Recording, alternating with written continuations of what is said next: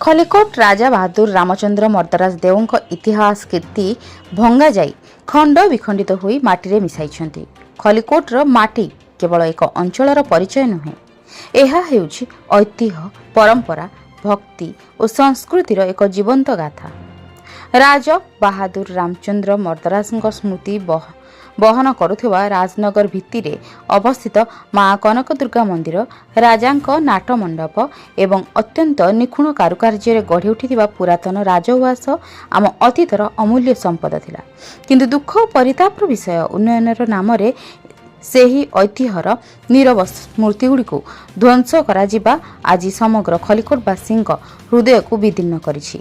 गोटे इमारत भांगी जाइपारे, किंतु ता सहित जड़ित अनेक स्मृति, भावना और इतिहास को केबे भी पुनः फेराई आनी हेब नाही। जिला प्रशासन, जिला शिक्षा प्रशिक्षण प्रतिष्ठान और स्थानीय नेतृत्वଙ୍କ एही पदक्षेप आज साधारण लोकଙ୍କ मनरे अनेक प्रश्न सृष्टि करिछि। उन्नयन निश्चय आवश्यक, किंतु जो उन्नयन आमर मूल, आम परिचय और परंपरा को मिटाई दिए, सेही उन्नयन केबे भी हृदय रे स्थान पाई परिबो नाही। आज मध्य खलिकोटर वृद्ध ठारू युवपीढ़ी पर्यंत समस्तଙ୍କ मनरे एक ही कथा, जदि राणी साहेब जीवित थांते एही ऐतिह्य उपरे केही हाथ देबार साहस करि पार नथांते। खलिकोटर ऐतिह्य केवल इट और पत्थरर गढ़णा नुहे, यह हेउछि आम गौरव, आम संस्कृति और आम आत्मसम्मानर प्रतीक। यहाकु सुरक्षा करिबा प्रत्येक खलिकोटवासी नैतिक दायित्व।